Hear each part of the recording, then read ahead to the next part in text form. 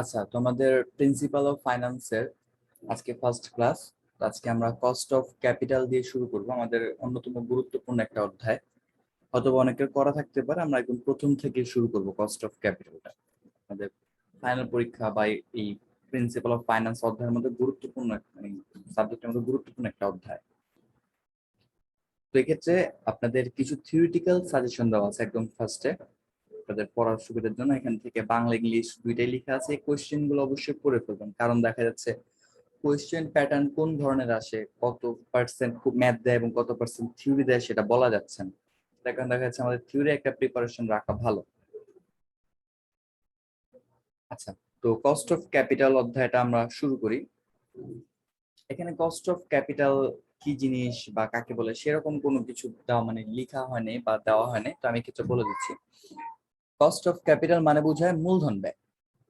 একটা প্রতিষ্ঠান যে সকল উৎস থেকে মূলধন সংগ্রহ করে থাকে সে সকল উৎসের সামগ্রিক ব্যয় হচ্ছে মূলধন ব্যয়। যেমন সাপোজ আমি যদি 8% বাংলায় লিখলাম, 8% অগ্রাধিকার শেয়ার ইস্যু করে থাকি, প্রেফার্ড স্টক বা অগ্রাধিকার শেয়ার যদি ইস্যু করে থাকি, এক্ষেত্রে লভ্যাংশের হার হচ্ছে 8%। এই 8% লভ্যাংশের হার, এটা হচ্ছে শেয়ার হোল্ডারদের জন্য। একটু বোঝার চেষ্টা করব, না বুঝতে পারলে অবশ্যই প্রশ্ন করব। 8% যে লিখা সেটা হচ্ছে যারা শেয়ার হোল্ডার মানে যারা শেয়ার ক্রয় করবে তাদের জন্য এটা আয়, বাট আমি কাজ করব কোম্পানির হয়ে, কোম্পানির জন্য এটা ব্যয়। আমার এই ব্যয়টা বহন করা লাগতেছে একমাত্র আমি এই মূলধনটা সংগ্রহ করতেছি বিধায়। আমি যদি এই মূলধনটা সংগ্রহ না করতাম তাহলে আমার এই 8% খরচ দেওয়া লাগতো না। তো এক্ষেত্রে আমাদের কস্ট অফ ক্যাপিটাল মানে মূলধন ব্যয় বোঝায়। এক্ষেত্রে আমাদের যতগুলো উৎস থাকবে সবগুলো উৎসের খরচ বের করা লাগবে। এখানে সোর্সেস অফ ক্যাপিটাল লেখা আছে, মানে যে সোর্স গুলো আছে সেই সোর্স গুলোর নাম লেখা আছে। তাহলে এক্ষেত্রে আমরা কস্ট অফ ক্যাপিটাল যে বের করব সেটা মূলত একটা কোম্পানির বা যৌথ মূলধনী প্রতিষ্ঠান যেটা আছে সে ধরনের একটা কোম্পানির আকৃতিতে অনেক বিশাল বা বড় হয়ে থাকে সেটা আমরা জানি। তো একটা কোম্পানি বিভিন্ন উৎস থেকে মূলধন সংগ্রহ করতে পারে। তো তাদের প্রথম উৎস হচ্ছে কমন স্টক, সাধারণ শেয়ার, প্রেফার্ড স্টক, অগ্রাধিকার শেয়ার, ডিবেঞ্চার, ঋণপত্র, রিটেইন আর্নিং, সংরক্ষিত আয়। এখন কোন কোম্পানি যদি সাপোজ শুধুমাত্র কমন স্টক এর মাধ্যমে 5 লাখ টাকা সাপোজ কালেক্ট করলো, শুধুমাত্র কমন স্টকের মাধ্যমে, অন্য কোনো উৎস থেকে সে মূলধন নেয় নাই, তাহলে এই কমন স্টকের যে একটা খরচ আছে, যেমন লভ্যাংশের হার যেটা দেওয়া লাগবে, সাপোজ 10% আমরা বের করলাম, তাহলে কস্ট অফ ক্যাপিটালই হচ্ছে 10%। কেন? কারণ এক্ষেত্রে মূলধন সংগ্রহের উৎস একটাই ছিল। বাট যদি কোনো কোম্পানি বা প্রতিষ্ঠান সবগুলো উৎস থেকে মূলধন সংগ্রহ করে থাকে তখন আমাদের গড় মূলধন ব্যয় বের করা লাগবে। গড় মূলধন ব্যয়, যেটাকে ইংলিশে weighted average cost of capital বা WACC বলা হয়, যার জন্য আমার প্রত্যেকটা উৎসের খরচগুলা জানা লাগবে। সেই খরচগুলো আমরা এখন জানবো। সর্বপ্রথম যে খরচের সূত্রটা লেখা আছে বা যে উৎসের খরচটা লেখা আছে, cost of common stock. Cost of common স্টককে KE দ্বারা প্রকাশ করা হয়। KE এর সূত্র হচ্ছে D1 divided by P0 minus FC into 100। পাশে সাইড নোট দেওয়া আছে বৃদ্ধির হার না থাকলে। এখানে আবার বলা আছে D0 D1 সমান, সেটা পরে বুঝে। আবার বলতেছে KE, ওই কস্ট অফ কমন স্টক কে বোঝাচ্ছে। D1 divide by P0 minus FC plus G into 100, এখানে বোঝাচ্ছে বৃদ্ধির হার থাকলে। এখানে আবার D1 একটা সূত্র লেখা আছে। এই জিনিসগুলো যদি আমরা এর আগে করে না থাকি আমাদের জন্য বুঝতে একটু সমস্যা হবে। এখানে নিচের গুলো একটু পড়ি। D0, D0 তো বোঝায় কারেন্ট ইয়ার ডিভিডেন্ড, চলতি বছরের লভ্যাংশ। আমরা চলতি বছরকে যে কোনো মানে প্রাইস বলুক বা লভ্যাংশ বলুক, চলতির ইনফরমেশনটা 0 দ্বারা ইন্ডিকেট করব, আর পরবর্তী বা নেক্সট ইয়ারের ইনফরমেশনটাকে 1 দ্বারা ইন্ডিকেট করব। তাহলে কারেন্ট ইয়ার ডিভিডেন্ড, যেহেতু লভ্যাংশ বলতেছে ডি লিখেছি এবং চলতি বছরের জন্য 0 লিখেছি, চলতি বছর লভ্যাংশ D0। D1 হচ্ছে নেক্সট ইয়ার ডিভিডেন্ড, পরবর্তী বছর লভ্যাংশ D1। P0 মানে বোঝায় current market price of share, শেয়ারের বর্তমান বাজার মূল্য। এফসি ফ্লোটেশন কস্ট মানে বোঝায় উত্তরণ ব্যয় বা বিক্রয় সংক্রান্ত খরচ, ইস্যুকালীন বা বিক্রয়কালীন যে খরচগুলো হয় সেগুলো। জিতে বোঝায় গ্রোথ রেট বৃদ্ধির হার, লভ্যাংশ বৃদ্ধির হার। এই বিষয়টা হচ্ছে লভ্যাংশ বৃদ্ধির হার। আচ্ছা, এখন আমি কি মানে সবগুলো সূত্র একবারে বুঝিয়ে তারপর অঙ্ক করাবো, নাকি সূত্র বুঝাবো তার সাথে অঙ্ক দেখাবো? কোনটা আপনাদের জন্য সুবিধা হয় একটু বলেন তো। ভাইয়া সূত্র বুঝে ওটার সাথে অঙ্কগুলো করা। আচ্ছা ঠিক আছে, তাহলে এখানে সূত্র আমরা মোটামুটি দেখলাম, কিন্তু আমরা এখানে সূত্রগুলো বুঝি নাই। একটু কমন স্টকটা সূত্রগুলো বুঝি, দেন আমরা কমন স্টকে ম্যাথ করব।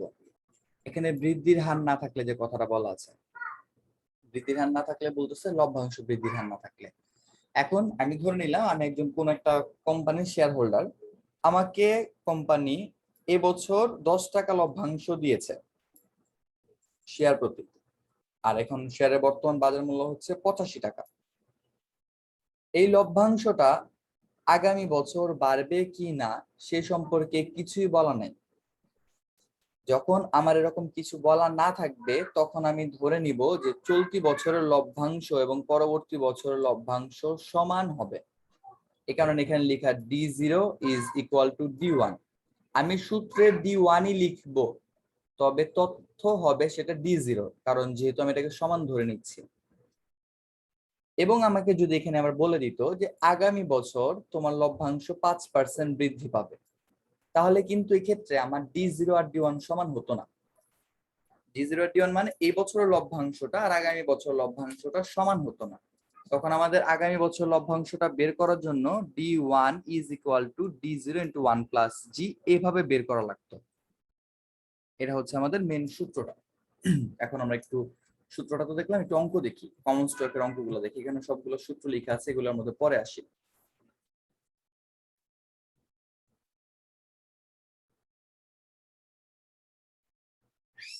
এগুলো ডিবেঞ্চার রিটেনারিং ইনফরমেশন দেওয়া। আচ্ছা, এখান থেকে কমন স্টকের জন্য সূত্রগুলো আমি আলাদাভাবে আরেকবার লিখে রাখছিলাম। আচ্ছা, প্রবলেম 13, কোশ্চেনটা একটু পড়ি দেখি কি বলতেছে। A company is currently selling its common stock. একটা কোম্পানি বর্তমানে এর কমন স্টক বা সাধারণ শেয়ার গুলো বিক্রি করতেছে 85 টাকায়। কারেন্ট মার্কেট প্রাইস অফ শেয়ারকে প্রকাশ করা হয় P0 দ্বারা, তার মানে P0 এর মান হচ্ছে 85। দ্য কোম্পানি পেইড, কোম্পানি দিয়েছে টাকা 15 as dividend per share this ইয়ার। লভ্যাংশ হিসেবে শেয়ার প্রতি দিয়েছে এই বছর। তাহলে চলতি বছরকে কি দ্বারা প্রকাশ করা হয়? D0, কারণ যেহেতু D1 ডিভিডেন্ড না, or D0 D0 দিস ইয়ার বলা আছে। What is the cost of common stock, আমাকে কমন স্টকের খরচ বের করতে বলেছে, বাট এখানে কোথাও বলা নাই যে আমার লভ্যাংশ 15 টাকা আগামী বছর বৃদ্ধি পাবে বা হ্রাস পাবে, এমন কোনো কিছু বলা নাই। যখন কিছু বলা থাকবে না তখন আমি ধরে নিব যে D0 আর D1 এর মান কি হবে? সমান হবে। মানে এই বছর যে টাকাটা পাচ্ছে আমি আগামী বছর সেম টাকাটাই পাবো। তাহলে এটা হিয়ার গিভেন P0 দেওয়া আছে 85 টাকা, D0 দেওয়া আছে 15 টাকা, সেটাকে আমরা D1 ধরে নিলাম। এখন calculation of cost of common stock সূত্র ছিল D1 divided by P0 minus FC into 100। FC তে ফ্লোটেশন কস্ট বা উত্তরণ ব্যয় বোঝায়। এখানে এই টাইপের ফ্লোটেশন কস্ট সংক্রান্ত কোনো খরচ দেওয়া নাই, যার কারণে আমি ফ্লোটেশন কস্ট 0 লিখবো, D1 লিখবো, P0 এর মান বসাবো, গুণ 100 করবো, তাহলে আমি একটা পার্সেন্টেজ পেয়ে যাবো। তাহলে এই যে পার্সেন্টেজটা বা ব্যয়টা পেলাম সেটা হচ্ছে কমন স্টকের ব্যয়। তাহলে আপনারা কি এই ম্যাথটা বুঝতে পেরেছেন? জি ভাইয়া। জি ভাইয়া, বুঝতে পারছি। আচ্ছা ভাইয়া এই perfect। যে ফ্লোটেশন কস্টটা একটু ভুলে গেছি আর কি, ওই জিনিসটা একটু একটু বলবেন, ফ্লোটেশন কস্ট কোনটা একটু? ফ্লোটেশন কস্ট হচ্ছে উত্তরণ ব্যয় বা বিক্রয় সংক্রান্ত খরচ। এখানে বিক্রয়ের ক্ষেত্রে নানান ধরনের খরচ থাকতে পারে। যেমন দেখা যাচ্ছে যে ওই অবলেখক থাকে না, শেয়ার অবলেখক, যে শেয়ারের বিক্রয়ের চিন্তা ভাবনা বা শেয়ার বিক্রয়ের কি নেয়, দায়িত্ব নেয়, জি জি তার খরচটা জি। সেটা আমার উত্তরণ ব্যয়, কারণ আমার বিক্রয় সংক্রান্ত খরচ।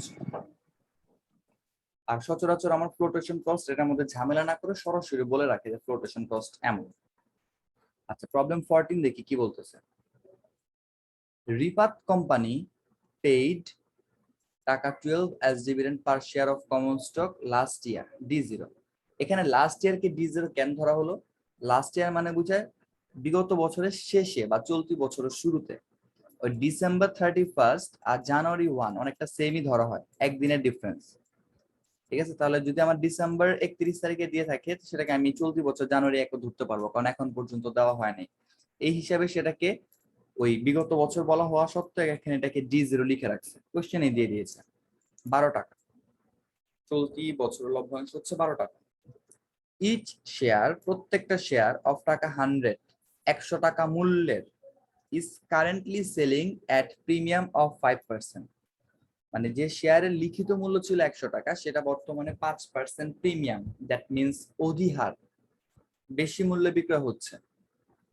ডিভিডেন্ড উড গ্রো বাই 5% পার অ্যানুয়াম, লভ্যাংশ বৃদ্ধি পাবে 5% করে বার্ষিক হারে। অ্যান্ড ফ্লোটেশন কস্ট ইজ 5%, এবং উত্তোলন ব্যয় হচ্ছে 5%। Determine the cost of common stock, আমাকে কস্ট অফ কমন স্টক বের করতে বলেছে, বাট এক্ষেত্রে আমাকে ইনফরমেশন গুলো ক্লিয়ারলি বলে নেই, পার্সেন্টেজ আকারে লিখে রাখছে। তাহলে এক্ষেত্রে কি দেওয়া আছে? F V. এখানে এফ ভি মানে ফিউচার ভ্যালু না, এটা এফ ভি মানে ফেস ভ্যালু বোঝাচ্ছে, লিখিত মূল্য। যে মূল্যের শেয়ার প্রথম পর্যায়ে বাজারে ছাড়া হয় সেটা হচ্ছে ফেস ভ্যালু, 100 টাকা। P0 কি বলা আছে? যে ফেস ভ্যালু এর চেয়ে 5% বেশি মূল্য বিক্রয় করা হচ্ছে, তার মানে ফেস ভ্যালু যে মূল্যটা আছে সেটা তো থাকবেই, প্রিমিয়ামের কারণে যোগ করব। কতটুক যোগ করব? ফেস ভ্যালুর 5% বৃদ্ধি করে যোগ করব, মূল্য হচ্ছে 105 টাকা। ফ্লোটেশন কস্ট, ফ্লোটেশন কস্ট সব সময় ফেস ভ্যালুর উপর ধার্য করতে হবে। এখন বলতে পারেন যে ভাইয়া এখানে তো 100 টাকা যদি উল্লেখ না থাকতো, সরাসরি আমার ওই P0 এর মান 105 দেওয়া থাকতো, তাহলে আমি ফ্লোটেশন কস্ট কার উপর ধার্য করতাম? ফ্লোটেশন কস্ট এক্ষেত্রে আমাদের যদি দেওয়া নাও থাকে, আমার ফেস ভ্যালু 100 টাকা ধরে নিতে হবে। এখন আরো একটা শর্ত আছে, ফেস ভ্যালু কি সবসময় 100ই হবে? না, ফেস ভ্যালু সবসময় 100 হবে এমন কোনো কথা না। আমার ফেস ভ্যালু ডিপেন্ড করে সেলস ভ্যালুর উপর বা সেলস ভ্যালুর উপর। আমার সেলস ভ্যালু বা বর্তমান মূল্যটা যদি 100 এর আশেপাশে থাকে, যেমন 85, 110, 120 এমন থাকে, তখন আমি ফেস ভ্যালু ধরবো 100 টাকা। বাট যদি আমার সেলস ভ্যালু 1150 হয় বা 850 হয়, তখন সেটার ফেস ভ্যালু ধরবো আমি কত? 1000 টাকা, 5%। D0 দেওয়া ছিল 12 টাকা, গ্রোথ রেট 5% অর 0.05। D1 এর মান আমি এখন কি করব? বের করে নিব, কারণ আমরা জানি যখন গ্রোথ রেট দেওয়া থাকে তখন D1 এর মানটা বের করে নেওয়া লাগে। D0 ইন্টু 1 প্লাস জি। D0 এর মান বসাবো 1 প্লাস জি লিখে, তারপর গুণ করে দিব, তাহলে 12.6%, মানে 6 টাকা, এটা পার্সেন্ট না। এখন calculation of cost of common stock KE, তাহলে কে এর মান হচ্ছে D1 divided by P0 minus FC plus G into 100। D1 এর মান আমি উপরে বের করেছি 12.6, P0 হচ্ছে 105, FC ফ্লোটেশন কস্ট 5 টাকা, সেটা বসাবো, আর গ্রোথ রেটের যে মানটা আছে সেটাকে পয়েন্টে লিখবো, গুণ 100, দেন আমি আগে ভাগ করব, তারপর যোগ, গুণ 100। এই তো এখন বলেন যে সমস্যা হচ্ছে কার বা বুঝতে সমস্যা হচ্ছে কার?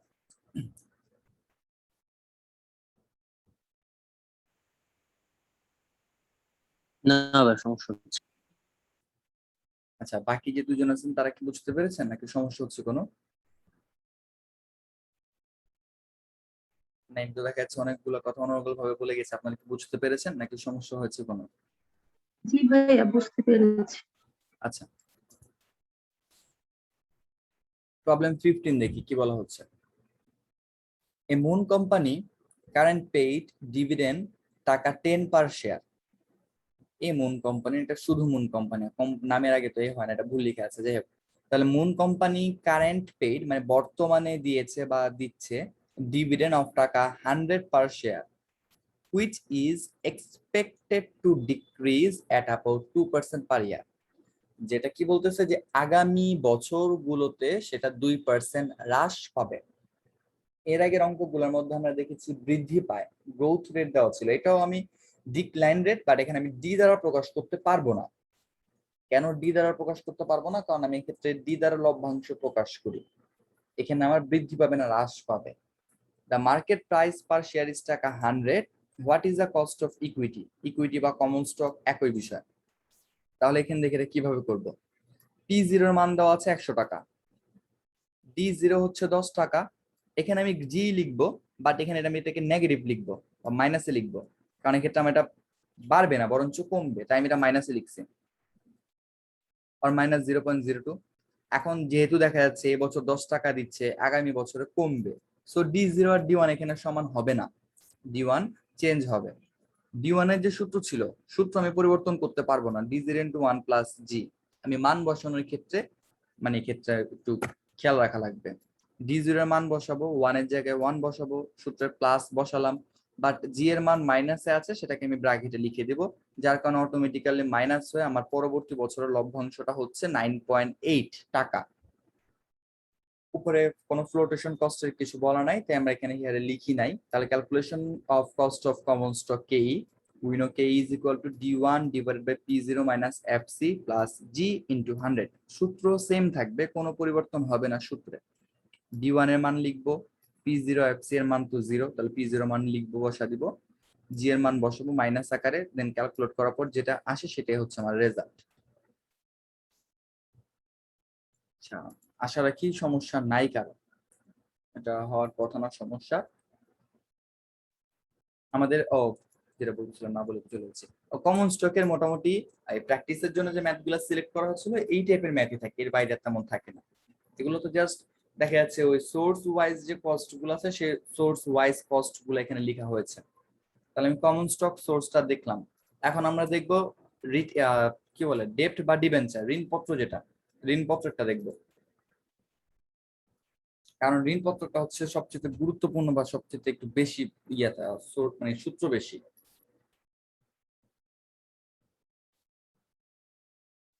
আচ্ছা, কস্ট অফ ডেপ্ট মানে ঋণপত্র বোঝায়, ঋণপত্রের ব্যয়। কস্ট অফ ডেপ্টের খরচ হচ্ছে 3টা, কেডি এখানে 1টা 2টা 3টা লেখা আছে। এখানে এই সূত্রগুলা মনে রাখার নিয়ম হচ্ছে আমার সাইড নোট মনে রাখা লাগবে। একদম ফার্স্ট যে সূত্রটা কেডি, সেই সূত্রের মধ্যে লেখা আছে কেবি ইন্টু 1 মাইনাস টিআর ইন্টু 100। এখানে বলা আছে যে শুধুমাত্র ট্যাক্স রেট দেওয়া থাকলে, শুধুমাত্র ট্যাক্স রেট দেওয়া থাকলে মানে বোঝায় যে আমার এই ক্ষেত্রে অন্য কোনো ধরনের তথ্য থাকবে না, ডেপ্ট সম্পর্কিত অন্য কোনো এক্সট্রা ইনফরমেশন নাই, শুধুমাত্র একটা ট্যাক্স রেট দিয়ে রাখছে। তখন আমার কেডি এর সূত্র কি হবে, কেবি ইন্টু 1 মাইনাস টিআর লিখে ফেলবো। কেডি এর সেকেন্ড যে সূত্র, সেখানে বলা হচ্ছে বড় হাতের I into 1 minus TR divided by NSV into 100। এখানে বলা হচ্ছে যে সেলস ভ্যালু থাকবে, মানে ঋণপত্রের বিক্রয় মূল্য থাকবে, কিন্তু নাম্বার অফ ইয়ার বা বছর থাকবে না। এই বিষয়গুলো আমাদের একটু ক্লিয়ার হওয়া লাগবে। এই ডেপ্ট যদি আমরা ক্লিয়ার হয়ে যাই, বাকি যে সোর্স গুলো আছে অটোমেটিক্যালি আমরা পারবো, কারণ ডেপ্টের সাথে রিটেন মানে প্রেফার্ড স্টক যেটা অগ্রাধিকার শেয়ার অনেকটাই মিল আছে। দেন পরের সূত্রটা হচ্ছে I into 1 minus TR plus F V অথবা আর ভি মাইনাস এনএসভি ভাগ হচ্ছে N whole divided by F V অথবা R V plus NSV divided by 2 into 100। এটা হচ্ছে নাম্বার অফ ইয়ার থাকলে। যখন আমাদের বছর থাকবে তখন আমার 3 নম্বর সূত্রটা প্রয়োগ করা লাগবে। আস্তে আস্তে বুঝি, আগে আমরা যেহেতু 3টা সূত্র একবারে মনে রাখা সম্ভব না, আমরা একটু দেখে দেখে করি প্রথম পর্যায়ে, যেহেতু আমাদের একদম ফার্স্ট। প্রবলেম 1 দেখি, সূত্রটা আমরা দেখে দেখে করি, দেন আমরা আস্তে আস্তে মুখস্থ করতে পারবো। প্রবলেম 1 বলতেছে a firm borrows from Janata bank at an interest of 15% per annum। একটা ফার্ম কি করেছে, জনতা ব্যাংকের কাছ থেকে ধার করেছে, সুদের হার হচ্ছে 15% বার্ষিক, ট্যাক্স রেট হচ্ছে 40%, ক্যালকুলেট কস্ট অফ ডেপ্ট। এখানে যদি লক্ষ্য করি, দেখেন আমার এখানে কোনো ধরনের তথ্য যেমন বিক্রয় মূল্য, বছর, আনুষঙ্গিক কিছুই দেওয়া নেই, শুধু একটা হার দেওয়া আছে 15%, আর আমাকে বলে দিয়েছে ট্যাক্স রেট 40%। তাহলে এক্ষেত্রে কিন্তু আমি কোনো সেলস ভ্যালু বা ফেস ভ্যালু এই টাইপের কিছুই নাই, ক্যালকুলেট কস্ট অফ ডেপ্ট বের করতে বলতেছে। তাহলে এক্ষেত্রে আমরা কি লিখবো, হেয়ার গিভেন, উপরে যে পার্সেন্টেজটা দেওয়া থাকে সেটা হচ্ছে cost of debt before tax, কর পূর্ববর্তী ব্যয়। তাহলে KB is equal to 15% or 0.15, tax rate হচ্ছে 40% or 0.40, calculation of cost of debt. এখানে যদি আমি কেবি এর মানটা পার্সেন্টে রাখি তাহলে আমার 100 দিয়ে গুণ করার কোনো প্রয়োজন নাই, ইন্টু 1 মাইনাস টিআর, তাহলে 9% বের হচ্ছে। তো 1 নাম্বার যে ম্যাথটা আছে এখানে একজন ছিল আর চলে গিয়েছেন, দুজন আছেন আপনারা, দুজন কি বুঝতে পেরেছেন? জি ভাইয়া, বুঝতে পেরেছি। জি ভাইয়া। আচ্ছা, তাহলে পরের ম্যাথটা দেখি পরে কি বলতেছেন। প্রবলেম 2, এ পারপিচুয়াল বন্ড। পারপিচুয়াল মানে অসীম বোঝায়, যার কোনো নির্দিষ্ট মেয়াদ বা বছর উল্লেখ থাকে না। তাহলে আমাদের এই 2 নম্বর অঙ্কের মধ্যে এন থাকার কোনো ধরনের সম্ভাবনা নাই। এ পারপিচুয়াল বন্ড অফ টাকা 1000 ইচ, একটি অসীম বন্ড যার প্রত্যেকটার মূল্য হচ্ছে 1000 টাকা, উইথ ইন্টারেস্ট রেট 14%, সুদের হার হচ্ছে 14%, ফ্লোটেশন কস্ট 2%, উত্তোলন ব্যয় হচ্ছে 2%, tax rate 30%, calculate cost of bond, আমাকে কস্ট অফ বন্ড বের করতে বলেছে। ইফ ইট ইজ ইস্যুড, যদি কিনা এটা বিক্রয় করা হয়, এট পার, এট পার মানে বোঝায় সমমূল্যে বা সমান মূল্যে। সমমূল্যে বা সমান মূল্যে কার সমান মূল্যে? লিখিত মূল্যে, মানে যে মূল্যে ছাড়া হয়েছিল ওই মূল্যে বিক্রয় করা হচ্ছে। 2 নাম্বার বলতেছে ধরে নাও এটা 10% প্রিমিয়ামে বিক্রয় করা হয়েছে, মানে বর্তমানে যে লিখিত মূল্য ছিল তার চেয়ে অধিক মূল্য, 10% অধিক মূল্যে বিক্রয় করা হয়েছে, তখন তার খরচ কত? বলতেছে আবার ধরে নাও এট 5% ডিসকাউন্ট, বর্তমানে যে মূল্য আছে তার থেকে 5% বাড়তায় বিক্রয় করা হয়েছে। তাহলে এই অঙ্কটার মধ্যে অনেকগুলো তথ্য দেওয়া আছে। প্রথমত face value, flotation cost rate, interest rate, তারপরে বিক্রয় সংক্রান্ত তথ্য, যে কিভাবে বিক্রয় করা হয়েছে, মানে বিক্রয় মূল্য ধরা যায়। তাহলে ক্ষেত্রে আমরা কোন সূত্র ফেলবো, 1 নাম্বার নাকি 2 নাম্বার নাকি 3 নাম্বার বলতে পারবেন? ভাইয়া 2 নাম্বার মনে হয়। হ্যাঁ 2 নাম্বার, কারণ এক্ষেত্রে সেলস ভ্যালু আছে, নাম্বার অফ ইয়ার নাই।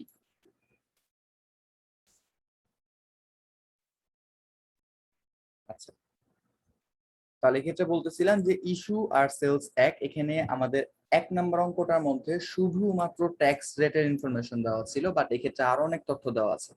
তাহলে এক্ষেত্রে আমি সূত্র থেকে বুঝলাম, মানে সাইড নোট গুলো থেকে, এক্ষেত্রে আমি 2 নাম্বার সূত্রটা ব্যবহার করব। কেন? কারণ আমাদের পারপিচুয়াল বলা ছিল, বছর থাকার কোনো চান্স নাই। তাহলে 1 নাম্বারও হবে না, 3 নাম্বারও হবে না। এখানে সূত্রটা একটু ভালো মতো বুঝি, I into 1 minus TR divided by NSV into 100।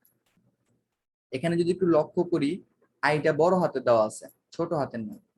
এখন এই সূত্রের মধ্যে যে বড় হাতের আই ছোট হাতের আই দেওয়া থাকে সেটার পার্থক্য বুঝেন, বা সেটা কেন দেওয়া হয় সেটা কি বলতে পারবেন?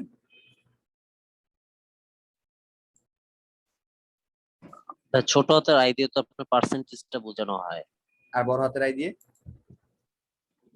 বড় হাতের আই দিয়ে ইনভেস্টমেন্ট আই থিংক, বা ইন্টারেস্ট অ্যামাউন্ট, কি জানি আমি ভুলে গেছি। অ্যামাউন্ট টাকা। ইন্টারেস্ট অ্যামাউন্ট আছে। যেমন আচ্ছা এক্ষেত্রে যদি আচ্ছা। ছোট হাতের আই বলা হয় তাহলে ক্ষেত্রে যেমন সুদের হার 10% আছে, মানে 10%, 10% লিখবো বা পয়েন্টে লিখবো, যে পার্সেন্ট মানে 10% বা যাই হোক।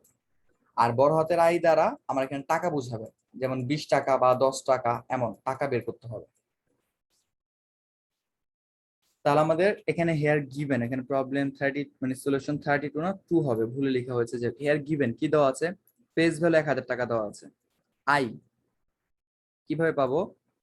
ফেস ভ্যালু এর উপর, সব সময় ফেস ভ্যালু এর উপর উপরে যে পার্সেন্টেজ থাকবে সেই পার্সেন্টেজ ধার্য করব। দেখলাম ট্যাক্স রেট 30% দেওয়া আছে, 30%ও করে ফেললাম। এখন প্রথম যে শর্ত ছিল, প্রথম শর্তের মধ্যে বলতেছে যে ইফ ইট ইজ ইস্যুড এট পার, এট পার মানে সমান মূল্যে। ফেস ভ্যালু যে মূল্য ছিল সেলস ভ্যালু সেম মূল্য থাকবে, সমান মূল্য। যার কারণে আমি সেলস ভ্যালুকে কত ধরেছি, 1000 টাকা। অ্যাপসিতে বোঝায় ফ্লোটেশন কস্ট, উত্তোলন ব্যয়। এই উত্তোলন ব্যয় আমি ধার্য করব ফেস ভ্যালু এর উপর, যদি কিছু বলা না থাকে। যদি আমাকে কোশ্চেনে বলে দেয় যে flotation cost is 2% on sales value, তাহলে আমি সেলস ভ্যালুর উপর ধার্য করব। আর যদি জাস্ট ফ্লোটেশন কস্ট পার্সেন্টেজ বলা থাকে, কার উপর ধার্য করতে হবে কিছু বলা না থাকে, তাহলে ফেস ভ্যালুর উপর ধার্য করে দেবো, সিম্পল। আমরা যদি একটু সূত্রটা ফলো করি, I into 1 minus T R divided by NSV. NSV এর পুনরূপ হচ্ছে নিট সেলস ভ্যালু। আমরা জানি জি নিট ভাইয়া। বিক্রয় মূল্য পাওয়া যায় বিক্রয় থেকে আনুষঙ্গিক খরচ আদি বাদ দেওয়ার পরে। তাহলে এখানে ফ্লোটেশন কস্ট হচ্ছে বিক্রয় সংক্রান্ত খরচ, যার কারণে আমি এনএসভি বের করতেছি কিভাবে, উপরে যে সেলস ভ্যালুটা বের হয়েছে সেখান থেকে এনএসভিটা বাদ দিয়ে, আমি ফ্লোটেশন কস্টটা বাদ দিয়ে, সেলস ভ্যালু থেকে ফ্লোটেশন কস্টটা বাদ দিয়ে আমি এনএসভি পাচ্ছি 980 টাকা। তাহলে এখন আমি যখন 1 নাম্বার করব calculation of cost of bond KD, we know KD is equal to I into 1 minus TR into 100. I এর মান 140 টাকা, যেটা সবার জন্য সেম। 1 minus TR ও সেম, চেঞ্জ হবে শুধু NSV এর মানটা। যদি একটু লক্ষ্য করেন আপনারা, আমি যখন এখানে হেয়ার গিভেন লিখেছি, এখানে কোথাও আমি কোনো নাম্বার দিইনি যে 1 নাম্বার রিকোয়ারমেন্টের জন্য, 2 নাম্বারের জন্য নাকি 3 নাম্বারের জন্য। মানে এটা হচ্ছে সবার জন্য উন্মুক্ত, সবার জন্য সেম। আমার ইনফরমেশন চেঞ্জ হচ্ছে সেলস ভ্যালুতে, যার কারণে আমি সেলস ভ্যালু গুলো যখন শুরু করছি নাম্বার দিয়ে শুরু করছি। আচ্ছা, তাহলে ক্যালকুলেট করে ফেলবো, ক্যালকুলেট করার পর আমি 10% পেয়ে যাব। পরেরটা বলা ছিল যে 10% প্রিমিয়ামে, if it is issued 10% premium, তাহলে সেলস ভ্যালু হচ্ছে 1000 টাকা। 1000 এর সাথে কি করব, প্রিমিয়ামের কারণে যোগ করব, 10% বলা ছিল, তাহলে 1000 এ 10% করে নিব, তাহলে 1100 টাকা হয়। ফ্লোটেশন কস্ট সেম, ওই ফেস ভ্যালুর উপরই ধার্য করে রাখছি, কারণ এখানে যেহেতু বলা নেই ফেস ভ্যালু এর উপর ধার্য করবো নাকি সেলস ভ্যালু এর উপর।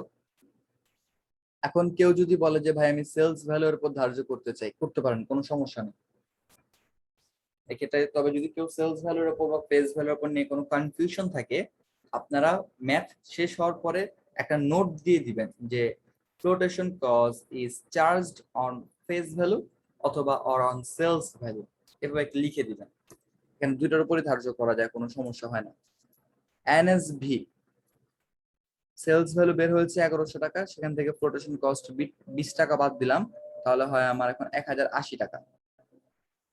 তাহলে এটা কেটি এর মান হচ্ছে I into 1 minus TR divided by NSV. I এর মান তো 140, ট্যাক্স রেট হচ্ছে 0.30, এনএসভি হচ্ছে 1080। তাহলে এইভাবে আমি ক্যালকুলেট করার পর 9.07% হয়। 3 নাম্বার বলতেছিল যে যদি এটা ইস্যু করা হয় 5% বাদটা মানে কম মূল্যে, তাহলে ক্ষেত্রে আমার মূল্যটা কমে যাবে। 1000 টাকা, সেখান থেকে ডিসকাউন্টের কারণে মাইনাস 1000 এর 5%, তাহলে 950 হয়। ফ্লোটেশন কস্ট হচ্ছে 2%, 20 টাকা। এনএসভি পাবো কিভাবে, সেলস ভ্যালু থেকে ফ্লোটেশন কস্ট বাদ দিলে, সূত্র সেম থাকবে, মান পরিবর্তন হবে শুধু এনএসভি এর। তাহলে এখানে 10.53%। এখন বলেন যে বুঝতে সমস্যা হচ্ছে কোনো? না ভাই, অনেক ইজি ছিল। আমার কাছে ওই যে WACC যেটা আছে না, ওইটাই মূলত বেশি কঠিন লাগে ভাই, গড় মূলধন ভাই, ওইটা বের করতে যাওয়া আর কি আওলা। অনার্স এর মধ্যে ডব্লিউএসসি টা সহজ, ও আচ্ছা, ইন্টারভিউ ভালো কঠিন ছিল মোটামুটি। সূত্রটা একটু অন্যভাবে প্রয়োগ করা হয় এই, তবে এখন আমরা ছক আকার করবো তো সমস্যা হবে না। আচ্ছা, মেহজাবিন আপু আপনি কি বুঝতে বুঝতে পেরেছি। পেরেছেন? জি ভাইয়া।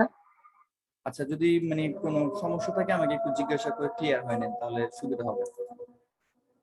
প্রবলেম 3 কি বলতেছে একটু দেখি, আমাদের সময় অলমোস্ট শেষের দিকে, প্রবলেম 3 টা একটু করে শেষ করে দিব।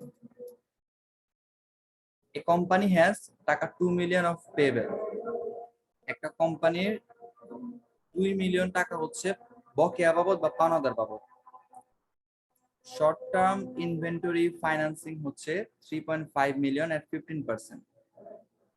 স্বল্প মেয়াদী অর্থায়নের মাধ্যমে সে 35 লক্ষ টাকার মতো প্রায় সংগ্রহ করতেছে।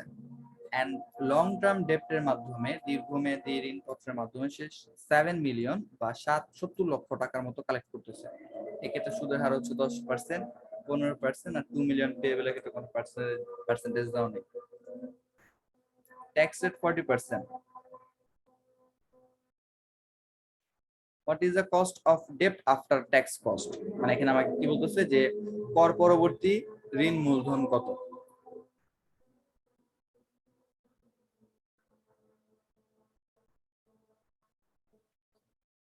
আচ্ছা, এক্ষেত্রে আমাদের বলতে পারবেন যে সূত্র কোনটা হবে?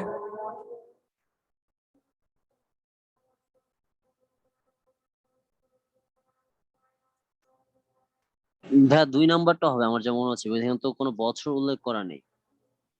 আচ্ছা, 2 নাম্বারটা হবে। এখানে আমাদের সূত্র হবে 1 নাম্বারটা। 1 নাম্বারটা এক্ষেত্রে আমাদের কোথাও মানে এক একটা ঋণপত্রের বিক্রয় মূল্য উল্লেখ নাই। এখানে দেওয়া আছে আমার টোটাল মূল্যটা, আচ্ছা। যে আমি বন্ডের মাধ্যমে মোট কত টাকা কালেক্ট করেছি। আর এই অঙ্কটা একটু কনফিউজড করার জন্য দিয়েছে। কস্ট অফ ক্যাপিটাল আমরা সবসময় দীর্ঘমেয়াদী ঋণ নিয়ে কাজ করব। তাহলে ক্ষেত্রে একটা কোম্পানির 20 লক্ষ টাকা পাওনা বাবদ আছে, শর্ট টার্ম ইনভেন্টরি ফাইন্যান্সিং বাবদ 35 লক্ষ বা 3.5 মিলিয়ন টাকা আছে, সেটা আমার দেখার বিষয় না। আমি কাজ করব লং টার্ম ডেট নিয়ে। লং টার্ম ডেপ্টের মাধ্যমে আরেকটা কথা আমার বলা হয় নাই, সেটা হচ্ছে একটু পরে বলি। লং টার্ম ডেপ্টের মাধ্যমে সে 7 মিলিয়ন টাকা কালেক্ট করেছে। এখানে আপনার পার্সেন্টেজ হচ্ছে 10%, ট্যাক্স রেট 40%। আমরা কখনো মোট টাকা নিয়ে কাজ করব না। মোট টাকা বলতে যেমন আপনি কমন স্টক ইস্যু করার টোটাল 10 লক্ষ টাকা, 10 লাখ বা 10 লক্ষ টাকা সংগ্রহ করেছেন, এই 10 লক্ষ টাকার আপনার কস্ট বের করার সময় কোনো কাজ নাই। এখানে আপনি লং টার্ম ডেপ্টের মাধ্যমে 7 মিলিয়ন বা 70 লক্ষ টাকা কালেক্ট করেছেন, সেটার আপনার কোনো কাজ নাই খরচ বের করার সময়। যদি কিনা একটা শেয়ার বা একটা ঋণপত্রের মূল্যের ক্রয় মানে বিক্রয় মূল্য দেওয়া থাকে, তখন আমি সেটা নিয়ে কাজ করব। বাট আমি টোটাল কত টাকা কালেক্ট করতেছি সেটার কোনো কাজ নাই। তাহলে এখানে যদি লক্ষ্য করি, শুধু পার্সেন্টেজ দেওয়া আছে আর ট্যাক্স রেট দেওয়া আছে। এক্ষেত্রে এক একটা বন্ড কত টাকায় বিক্রয় করা হচ্ছে বা এক একটা বন্ডের মেয়াদ কতদিন, সেরকম কিছুই বলা নাই। যার কারণে সূত্র হবে 1 নাম্বারটা। এখানে here given KB is equal to 10%, ওই যে cost of debt before tax কর পূর্ববর্তী যে খরচটা আছে সেটা। ট্যাক্স রেট হচ্ছে 40%, 40% যেটা আছে সেটাকে লিখলাম। এখন calculation of cost of debt, তাহলে কেডি এর সূত্র হচ্ছে KB into 1 minus TR. KB হচ্ছে ওই লং টার্ম ডেপ্টের সাথে যেটা দেওয়া ছিল পার্সেন্টেজটা, সেটা লং টার্ম ডেপ্টের পাশে দেওয়া ছিল কত, 10%। এই 10% এখানে আমার এই শর্ট টার্ম কিছু বলছেন, শর্ট টার্ম ফাইন্যান্সিং এর সাথে যে 15% আছে, সেই 15% আমার কোনো কাজ নাই, কারণ আমি শর্ট টার্ম নিয়ে কোনো কাজ করব না বা পেয়েবল নিয়েও কোনো কাজ করব না। আমি এক্ষেত্রে লং টার্ম ডেপ্ট নিয়ে কাজ করব। তো এটার সাথে যে পার্সেন্টেজটা আছে সেই পার্সেন্টেজটা আমার প্রয়োজন হবে, আর ট্যাক্স রেটটা প্রয়োজন হবে। তাহলে এক্ষেত্রে আমি ওই পার্সেন্টেজটা নিয়েছি এবং ট্যাক্স রেটটা নিয়েছি, 6% হয়। তাহলে আমাদের আজকে মোটামুটি ডেপ্টের প্রথম দুইটা সূত্র দেখা হয়েছে, এবং ডেপ্টের হয়েছে দুইটা, এবং আমাদের ইসেরও বাকি আছে, কি বলে মানে কমন স্টকের খরচটাও দেখা হয়েছে। জি ভাইয়া।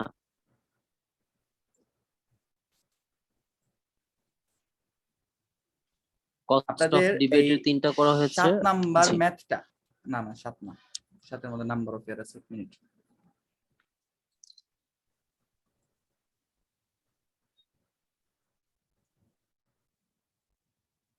তিন পর্যন্ত হয়েছে, 4 তো দেখায় নাই, 5ও দেখায় নাই।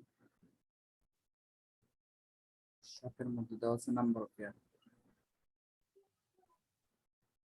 না, আপনাদের কোনো বাসা কাজ থাকলো না আজকে, যে পর্যন্ত করেছি সে পর্যন্তই থাক। কারণ দেখা যাচ্ছে এই ডেপ্টের যে 3 নাম্বার সূত্রটা, সেই 3 নাম্বার সূত্র থেকে আমাদের একটু ভালো মতো শিখা লাগবে, এখানে যে সূত্রগুলো ছিল। তো আমরা আজকে ভাইয়া, এখন 5 জন জয়েন করছে ভাইয়া। হ্যাঁ দেখলাম তো। ওই বললাম না, অনেকজন একসাথে জব করে, তো আস্তে আস্তে একটু আসতে দেরি হয়ে গেছে, দ্যাটস ওয়াই। আচ্ছা, আমাদের ক্লাস টাইম তো অলমোস্ট আরে ভাই, শেষ। 5 জনের একজন তো আমি। না, সেটা তো আমি বুঝতে পারছি যে এখানে আমাদের দেবজ্যোতি ভাই আছে। আচ্ছা, জি। তাহলে আমাদের এই কস্ট অফ কমন স্টকটা আজকে শেষ হলো। আর ডেপ্টের হচ্ছে দুইটা সূত্র হয়েছে, এই ডেপ্ট ক্যাপিটালের দুইটা সূত্র হয়েছে। 3 নাম্বার সূত্রটা যেটা প্রয়োগ, সেটা আমরা নেক্সট দিন, আগামীকাল বা পরশু যেদিনই ক্লাসে আমি সেদিন বুঝাই দিব। তাহলে আজকে ক্লাসটা এই পর্যন্ত জি রাখা ভাইয়া। লাগতেছে, আমাদের সময় শেষ। ওকে ভাইয়া, আচ্ছা, আসসালামু আলাইকুম। ওয়ালাইকুম আসসালাম।